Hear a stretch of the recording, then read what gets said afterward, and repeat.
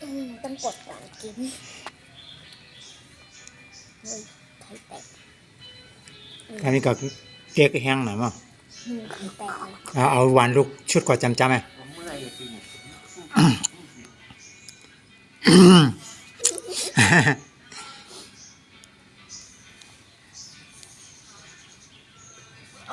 เนี่ยเอาหวานลูกชุบจำเอาก้างลูกเกิงมาชูหวานนะงอบ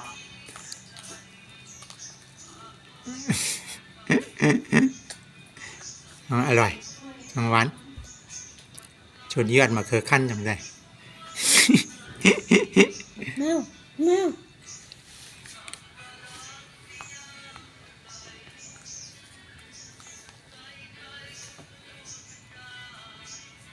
ผลตก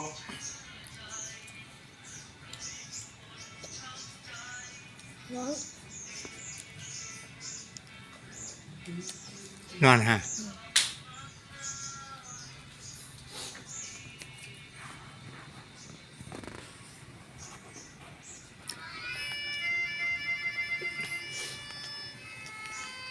น้องตื่นนั่นน่ะน้ำตื่นนะตื่นฮะเมียวอย่าปันเมียวเลยหรอ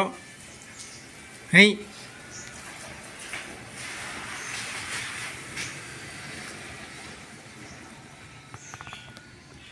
อย่าไปเล่มันเริ่มแข็งเด็กอ่ะ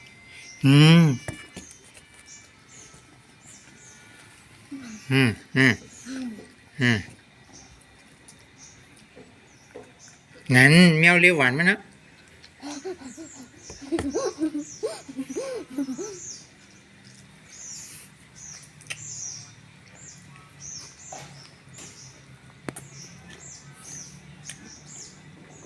ได้จังตอมเยอะด้วย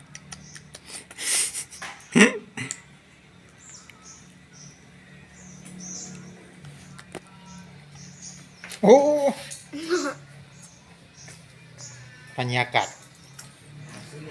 อาหารนะครับอดลองห้องอาหารนะครับ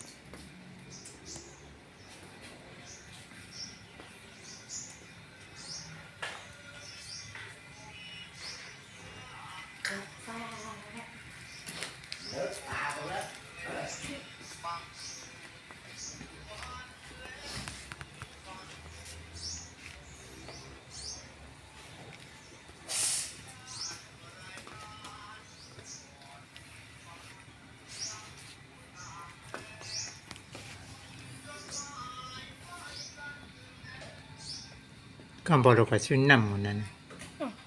เปิ่นมาส่งวันนั้น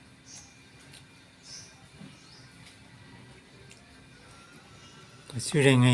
ก็ลูกหิวเนี่ยมันจะเนี่ย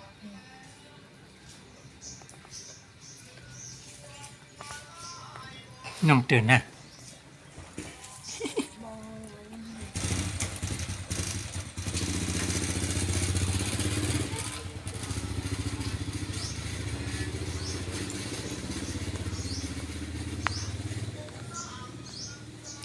ถ้าดูผังนี้ลูกนี่เป็นสาวแล้วไงสาวหน้าตึง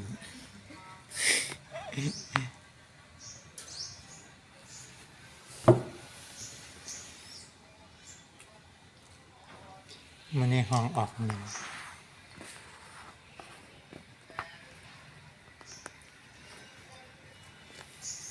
เข้าคนนำมันมีจองนำมันคมครับผมไม่ได้แยกไก่นั่นมันได้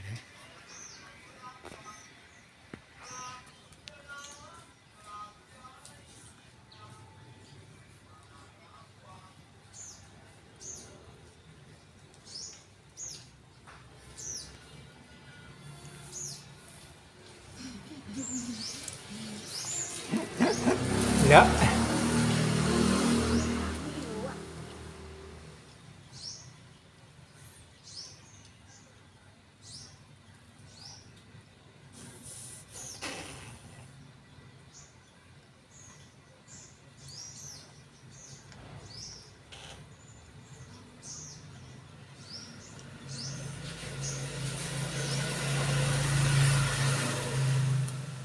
5 นาทีพอดี